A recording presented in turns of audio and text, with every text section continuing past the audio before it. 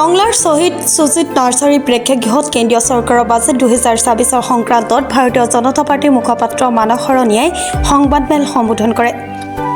উক্ত সংবাদমেলত বিজেপিৰ ৰাজ্যিক সভাপতি ওদালগুৰি জিলা বিজেপিৰ সভাপতি অজয় কুমাৰ হাজৰিকা, উপসভাপতি দ্বয় জয়কান্ত শৰ্মা, বিকন চন্দ্ৰ ডেকা, জিলা বিজেপিৰ সম্পাদক জুশ্ৰাং বড়ো, মেডিয়া কোখৰ নয়ন মল্ল বুজৰ বৰুৱা উপস্থিত থাকে। অনুষ্ঠান প্ৰতিষ্ঠান ক'ব পাৰে যে মোক এই মেডিচিনটো দি পঠাওক।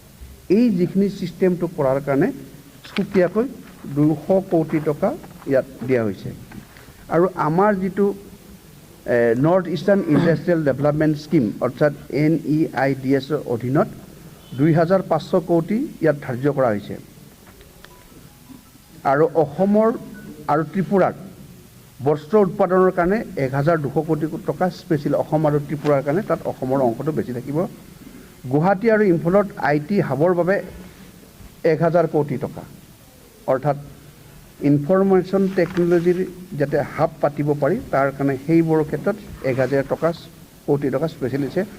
অসমত শিল্প কৰিডৰৰ বাবে 700 কোটি টকা, উত্তৰ পূবৰ যুৱসমূহৰ কাৰণে 800 কোটি টকাৰ ষ্টাৰ্টআপ তহবিল, অৰ্থাৎ উত্তৰ পূৰ্বাঞ্চলৰ যুৱকসকলে যাতে যিসকলে প্ৰথমবাৰৰ কাৰণে ব্যৱসায় কৰে তেওঁলোকক উদগনি দিয়াৰ কাৰণে তেওঁলোকক চিলেকশ্যন কৰিব তেনেকুৱা ধৰণৰ ষ্টাৰ্টআপত সহায় কৰিব চৰকাৰে। তাৰ কাৰণে স্পেচিয়েলি 800 কোটি টকা ধাৰ্য কৰা হৈছে।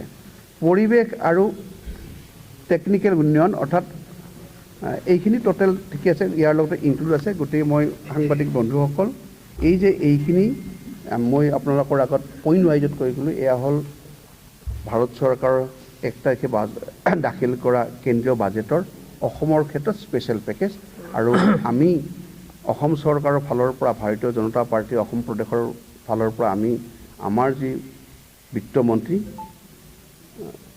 নিৰ্মলা সীতাৰামনক আমি ধন্যবাদ যাচিছোঁ।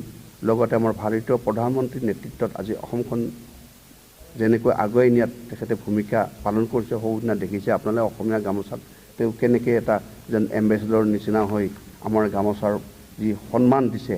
আৰু মোদী ডাঙৰীয়া ডিঙিত যেতিয়া আমি গামোচাখন দেখোঁ আমি গৌৰৱবোধ কৰোঁ। গতিকে এই ক্ষেত্ৰত অসমক তেওঁ যথেষ্টখিনি দিছে।